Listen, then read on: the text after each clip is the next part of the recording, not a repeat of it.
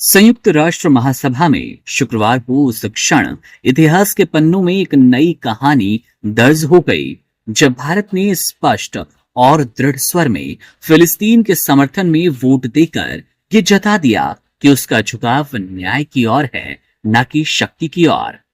142 देशों ने न्यूयॉर्क घोषणा पत्र के पक्ष में मतदान किया। एक ऐसा प्रस्ताव जो फिलिस्तीन और इसराइल के बीच दो राष्ट्र समाधान की वकालत करता है, जिससे शांति की एक नई सुबह उगे। और ठीक उसी क्षण जब भारत ने विश्व के न्यायप्रिय देशों के साथ ये कदम बढ़ाया, अमेरिका ने विरोध का बटन दबाकर ये दिखा दिया कि वो अब भी पुराने सत्ता समीकरणों की कैद में है। भारत का ये वोट केवल एक औपचारिकता नहीं थी, बल्कि एक नैतिक ऐलान था कि वो एक स्वतंत्र, संप्रभु और व्यवहार्य फिलिस्तीनी राज्य की स्थापना का दृढ़ समर्थन करता है, जो कि अंतर्राष्ट्रीय सीमाओं के भीतर एक सुरक्षित इजरायली राज्य के साथ शांति से रह सके।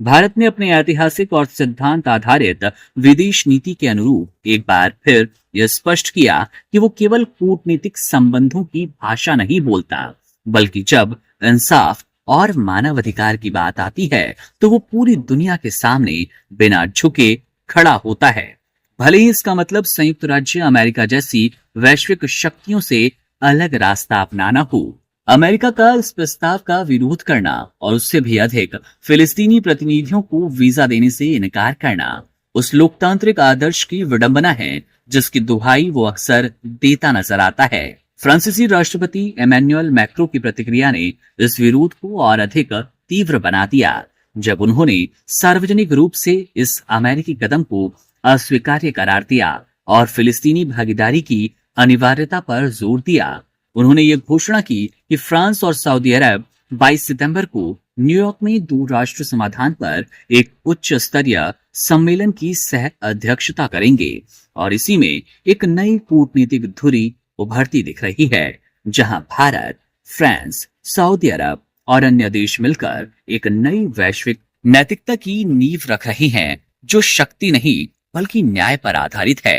भारत का ये कदम अमेरिका के विरोध के बरक्स और भी अधिक अर्थपूर्ण बन जाता है। ये सिर्फ एक वोट नहीं बल्कि एक आवाज थी, एक प्रतिज्ञा थी कि भारत अंतर्राष्ट्रीय न्याय और मानवाधिकार के पक्ष में खड़ा रहेगा, चाहे उसके सामने कोई भी वैश्विक ताकत क्यों ना हो। ये वही भारत है जो कभी गुटनिरपेक्ष आंदोलन का नेतृत्व करता था और आज भी जब दुनिया बहुध्रुवीय हो रही है, वो अपने सिद्धांतों के साथ अडिग खड़ा है। ये वही भारत है जो अमेरिका के साथ रणनीतिक साझेदार है, लेकिन जब बात वैश्विक इंसाफ की आती है तो वो आंखों में आंखें डालकर अपने रुख को जाहिर करता है। अमेरिका और भारत के बीच अंतर्राष्ट्रीय मंच पर आया मतभेद इस बात का प्रतीक है कि भारत अब किसी के प्रभाव में नहीं बल्कि अपने विवेक, अपनी ऐतिहासिक समझ और नैतिक मूल्य तंत्र के आधार पर निर्णय लेता है।